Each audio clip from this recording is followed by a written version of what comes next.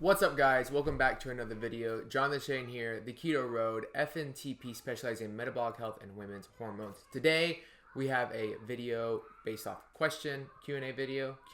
As y'all know, I've told y'all if y'all ask me questions in the comments, I will pick them and make videos out of them. This one asks, can you do a video about carnivore? Why it's bad, how to transition to a keto low carb cycle diet, perimenopause, 46, can't sleep.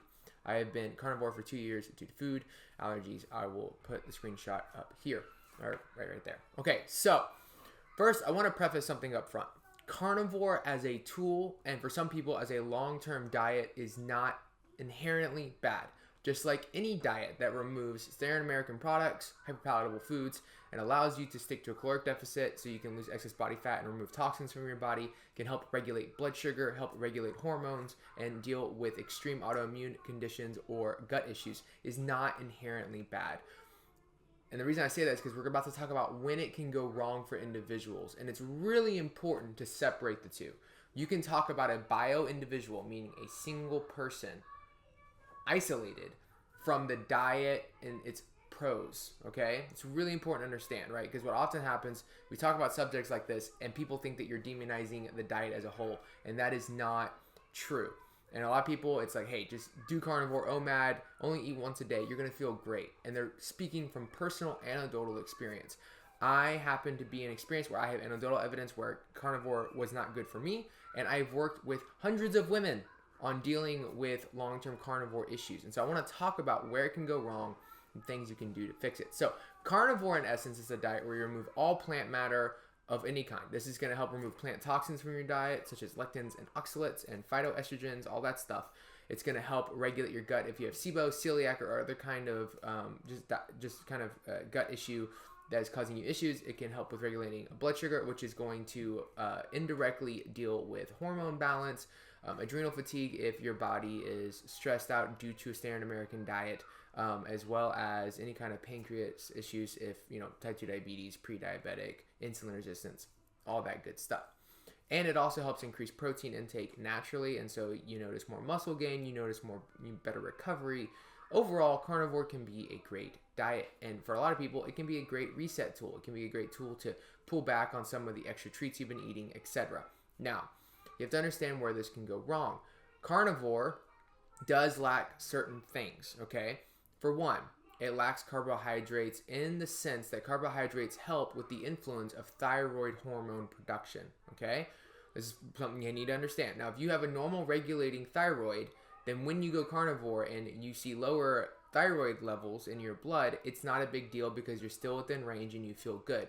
For people that have lower thyroid, but they're still within range, carnivore over time can create a hypothyroid environment, okay? Really important to understand. Carbohydrates can really help with the production of thyroid hormone.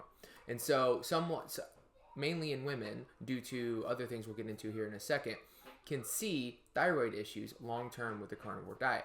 Now, there are a couple things you can do to help with this. You can increase your calories overall, but on a carnivore diet, we know that it's super satiating. That's why it's great for dieting. Super hard to overeat on a carnivore diet. You'll hear that a lot. This is true. And you can increase fat to the nth degree, but you might have a problem getting in your protein. And you also might gain unwanted body fat from your calories being too high to try and mitigate the thyroid and hormone issues. Why do that to yourself when you can simply add in some whole food carbohydrates and deal with that issue, right? So that's where carnivore can go bad from a thyroid sense. Also, where it can go bad is because of that and other issues, it can cause a lot of stress on the body long term. And what I mean by that is if you're not getting certain micronutrients in, your thyroid's not regulating well, you start to feel low in energy and things like that. You start to create inflammation internally. And issues that carnivore helped heal can help exacerbate, okay? This is also known as physiological insulin resistance. It happens in both keto and carnivore. It can happen due to, again, low calories, which we just talked about the pros and cons of increasing that with fat or trying to increase it while staying on a strict carnivore diet. It can do with downregulation of sex hormones and also the stress from your cycle, okay? So you have to understand that during your luteal phase, progesterone is starting to creep up and your body starts to get stressed out just from the huge changes and switches in your hormone levels. This causes a lot of cortisol. What does your body want to deal with cortisol? We know isolated carbohydrates have a dampening effect on cortisol. So when you're not giving it those things, cortisol can stay low due to the low inflammatory nature of the diet, but it's still low but chronic. It's not down where it needs to be during that part of your cycle. And so over time, we can see a leaching of blood sugar, a leaching of insulin, and a leaching of inflammation that exacerbates cellular inflammation and overall puts your body in a not as big of an issue, but it definitely is. You'll start noticing things like, achy joints again, you can't sleep at night, things like that, not recovering from the gym well, you don't have energy throughout the day, you have crashes, you don't understand why, so you start fasting more, which exacerbates that inflammation even more because it adds more stress to your body. This is also where carnivore can go bad, especially in women due to just your cycles, and especially if you're going through perimenopause, menopause, which is a very stressful, awesome time, beautiful time for a woman in her maturity, but definitely can cause stress issues, okay? So it's another way that carnivore can bother you. Another way carnivore can bother you is the gut. It can help with clearing the gut, but we know based off studies, I can link them in the comments if y'all want to see them, that a lack of diversity in the gut with food can cause histamine responses, and it can make histamine responding gut microbiome flourish, which isn't good. And so your gut can become a lot more sensitive than it was before carnivore, which is why carnivore can be good as a temporary tool, and then you can build upon it to create a diverse diet. When people don't do that, it can cause inflammation and bad digestive issues, which over time can create stress. It puts you, if you notice, all of these different angles kind of lead to the same spot. A stressed out body that is seeing symptoms that it used to see before it went on this diet that made them feel so good. Okay? So, question is how do we transition out of that? There's a couple ways to do that. Being in perimenopause, something that I commented that I think one way to check to see if adding some carbs will improve sleep and things like that is simply have a spoonful of raw honey before you're going to bed.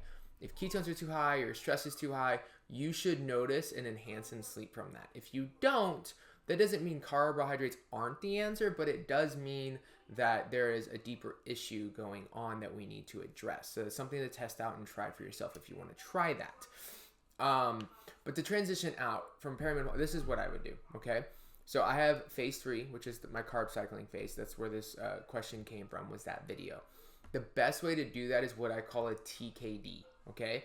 So, because we still want you working out, especially going through perimenopause, menopause, and we don't want that muscle wasting to start. So we want you working out. The best way to do targeted keto is to have a ketogenic diet like you normally do, or you could even do a carnivore diet like you normally do. But what you want to do is, after you're done working out, you want to target 30 to 40 grams of whole food starchy carbs. You could do it from tubers or fruit, root vegetables, whatever you want to do. If you do grains, I prefer organic white rice or organic glyphosate-free oats. Try to avoid gluten just because it's just a messy conversation to have, especially in America, okay? So 30 to 40 grams of total carbs during your workouts. Another way to do this is a cyclical ketogenic diet. This can be easier because it doesn't flow with your workouts. So this is a more consistent model where you do keto carnivore for the first 5 days of the week, and then on Saturday and Sunday you have 100 grams of carbohydrates for the day. That's a much simpler way because it's like, okay, it doesn't matter what's going on. Monday through Friday I'm this, Saturday through Sunday I'm this. Whereas if you do a TKD, when you're working out, it's like, well, I have to shift my workout to Wednesday, so then my macros need to change. So for some people, this one can be a little bit more complicated, but it's the best option. But if you need to do CKD, that's not a bad option either.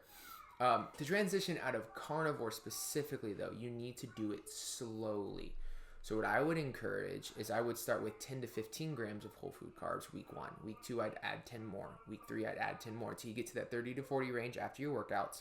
Likewise with the CKD, I would start with 50 total grams to 60 total grams of carbs on the weekends, a little bit higher than that 20, 30 you shoot for on keto, or 0 on carnivore, and then add 10 every day until you hit that 100 mark. I would try first low oxalate, low histamine foods. There's a bunch of lists out there for foods like that. FODMAP foods. Start with those. Let your gut get used to them. I had a client in particular that she was carnivore for 3 years, made her feel great, but made her lose her cycle and really disrupt her hormones. We first started, all she could tolerate was white rice. We did a cup of white rice a day. She was a severe case, so in that case we go low carb, like Monday through Sunday, until we regulate the hormones, then we can cycle properly. And now she can eat zucchini, mung beans, all kinds of things. Her gut has been blueberry. When we first started working together, blueberries would destroy her gut. Now she can have them in smoothies, and it doesn't. In fact, it makes her feel good, right? And so there's nuance also to your body adapting to certain stressors in plant foods and giving it time to do that. So I would start with low histamine, low oxalate, low lectin foods. Sprout, if you're going to do vegetables, cook them well, add fats to them so the fat soluble vitamins are absorbed, and start there. I hope that kind of gives you general direction. I hope that answers your questions. If you have more questions, put them in the comment section below. If you haven't already liked the video, please do. If you haven't subscribed, please do. I can't wait for the next video. Talk to you then.